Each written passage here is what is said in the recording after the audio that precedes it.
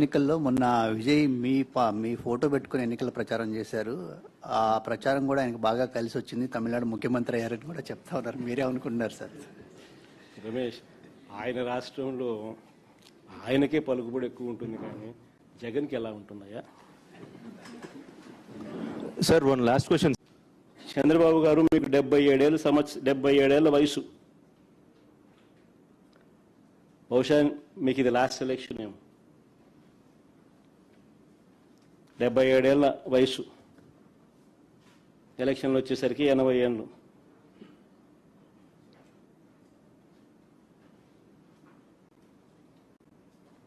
ఈ వయసులో కూడా ఇలాంటి దౌర్భాగ్యమైన రాజకీయాలు చేయడానికి సిగ్గుగా నీకు అనిపించడం లేదా చంద్రబాబు అని అడుగుతా ఉన్నా అని ఈయన చెప్తా ఉన్నాడు. మన చెవులు పూలు పెడతా ఉన్నాడు. ఈయన చెప్పిన మాట కనీసం ఈయన కొడుకు ఇండు, ఈయన దత్తపుత్రుడు ఇండు. ఎవడింటా ఉన్నాడు చెప్పు? ఒక్కొక్కరికి ఒక్కొక్క ప్రైవేట్ చాపరు, ఒక్కొక్కరికి ఒక్కొక్క ప్రైవేట్ విమానము. ఈరోజు నీకు అక్కడ ఎయిర్పోర్ట్లోకి పోతే 3 విమానాలు కనిపిస్తాయి, 3 చాపర్లు కనిపిస్తాయి. ఈ ఎయిర్పోర్ట్లో కానీ హైదరాబాద్ ఎయిర్పోర్ట్లో కానీ. వీళ్ళు ఎక్కడ ఉంటే అక్కడ ఒక్కొక్కరికి 2. వీళ్ళు మిగతా విషయాలన్నీ వీళ్ళు ఇట్లటని కథలన్నీ మనకు సోది చెప్తారు. ఆ సోది అంతా మనం వినమని చెప్పి మన చెవులో పూలు పెడతాం. సార్ మీ దగ్గరే ఒక సీనియర్ జర్నలిస్ట్ ఉన్నారు, మీ పార్టీ జనరల్ సెక్రటరీ, ఆయన అరెస్ట్ చేశారు. అంటే ఇలాంటివి అడ్డుకోలేకపోతున్నారు సార్? అంటే అడ్డుకోలేవా సార్?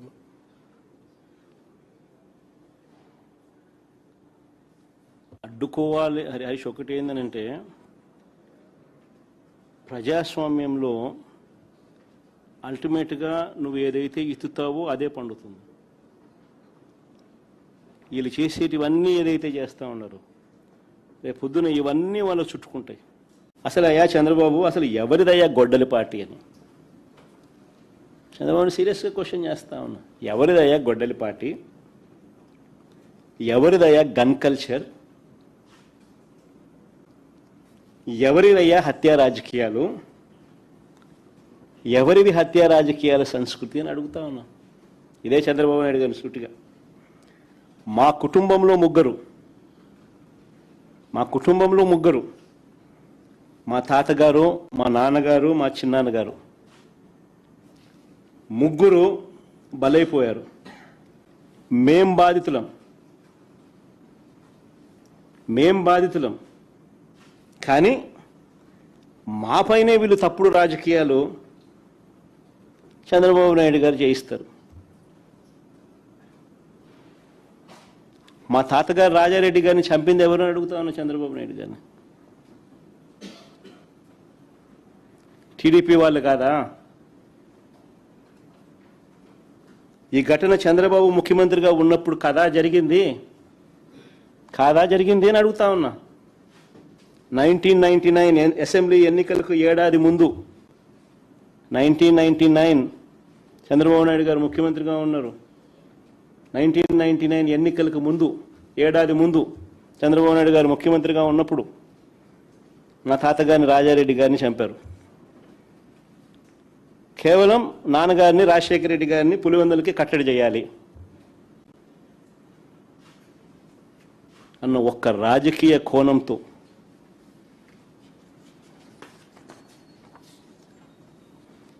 ఆ కేసులో దోషులను బరితెగించి హైదరాబాద్ తెలుగుదేశం పార్టీ సెంట్రల్ ఆఫీస్లో ఎన్టీఆర్ ట్రస్ట్ భవన్లో పెట్టి అధికార దుర్వినియోగం చేసి వాళ్ళని రక్షించినారు, జైలుకు కూడా పంపకుండా. మరి ఇది ఎవరిదయ్యా క్రిమినల్ బ్రెయిన్ చంద్రబాబు గారు అని అడుగుతాను. ఎవరిదయ్యా క్రిమినల్ బ్రెయిన్ అని అడుగుతాను చంద్రబాబు నాయుడు గారిని. మా నాన్నగారి విషయంలోనూ అంతే.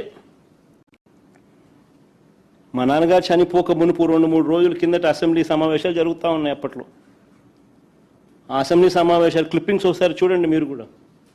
చంద్రబాబు నాయుడు గారు అన్న మాట అసెంబ్లీలో, నువ్వు అసెంబ్లీకి ఎలా వస్తావో నేను చూస్తానన్నాడు. చంద్రబాబు నాయుడు గారు అన్న ఈ మాట తర్వాత 2-3 రోజులకి నాన్నగారు చనిపోయారు. Helicopter accident.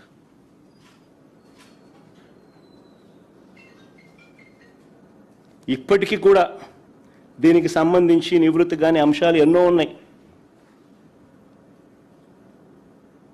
ఎవరిదయ్యా Chandrababu criminal brain అని అడుగుతా ఉన్నా. మా చిన్నాన్న వివేకానంద రెడ్డి గారిని ఇదే చంద్రబాబు ప్రభుత్వంలో హత్యకు గురైన మాట వాస్తవం కాదా అని అడుగుతా ఉన్నా.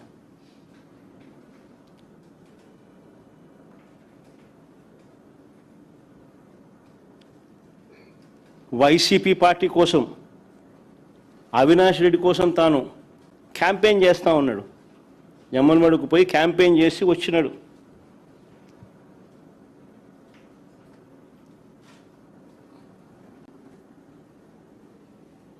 పైగా తానే వివేకం చిన్నానని హత్య చేశానంటూ సాక్షాత్తు టీవీలో లైవ్ టీవీ షోలో చెలరేగిపోయి విచ్చలవిడిగా మాట్లాడిన ఈ దస్తగిరి అనే వ్యక్తి, చంపిన వ్యక్తి, నేనే చంపాను అని చెప్పి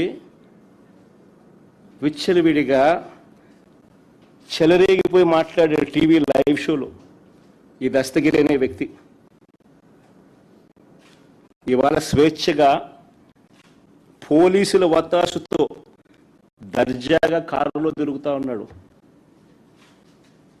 జైల్లో ఉండాల్సిన వ్యక్తి దర్జాగా కారులో తిరుగుతూ ఉన్నాడు ఈరోజు.